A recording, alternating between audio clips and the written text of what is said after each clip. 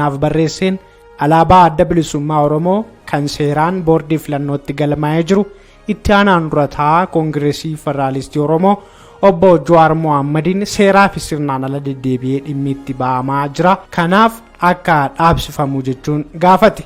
Jawaar Mohammad alaabaa fi faajjii adda bilisummaa Oromoo waltajjii adda addaa irratti itti deddeebi'ee seeraa fi sirna ala dhimma itti ba'aa akka jiru dhokataa miti kan jedhe adda bilisummaa Oromoon walta'iinsa nu gidduu jiru kabajuu fi seera biyyaas kabajuun irraa dhaabsiftu jennee eegaa turre jechuun xalayyaa irratti ibse.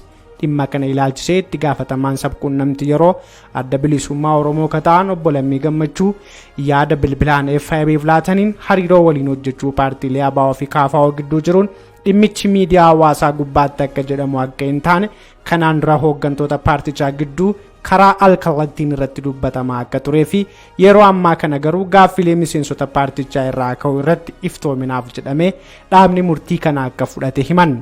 Paartiilee lamaan dhimmichaafis mariidhaaf furmaata ni laatu jedhamee akka eegamus heerameeti jira. Alaabaan kun seeraan boordii filannootti galmaa'e kan adda bilisummaa Oromoo akka ta'e ni beekama. Hundaa ol garuu ka uummata Oromoo ta'uu itti gaafatamaan sabquunnamtii yeroo obbo Lammii Gammachuu ilaalcha uummanni Oromoo itti fayyadamuu hin danda'u jedhu kaleessas hin turre har'as yookiin boris hin jiru jechuun ibsan. Haa ta'uutii malee ABO'n alaabaa kana eenyuu fi haala kamiin fayyadama kan jedhu ilaalchisee sagantaa siyaasaa fi seera ittiin bulmaata isaa irratti ifatti kaa'eeraa jedhanii jiru. Dhimma alaabaa jaarmiyaa tokko hooggantoota jaarmiyaa biroon itti dhimma bahamu ilaalchisee gaaffilee miseensota paartichaatiin ka'aa ture bu'uureffachuun xalayyaan kun barreeffamus ibsaniiti jiru.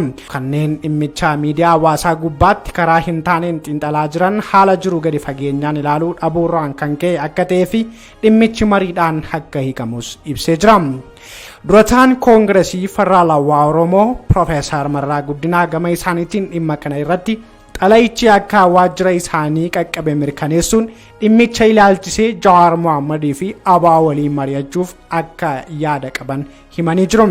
Dhimmichi hagas waan guddaa akka hin taane himuun kun garaagarummaa siyaasaa miti, dubbiin kun haaraadha, kanaan dura nu qunnamees hin beeku, ani kanaan dura gaaffiin akkasii yeroo isaan nutti kaasan hin beeku, tarii Jawaariin yookiin ammoo waajjira KFO gaafachuu danda'u malee ani quba hin qabu. Dursa xalayichi maal akka jedhu erga dubbisnee booda irratti mari'annaa, Jawaar waliinis ni dubbannaa, isaan yookiin adda bilisummaa Oromoo waliinis irratti dubbannaa jechuun Addis Istaandarditti himaniiti jiru.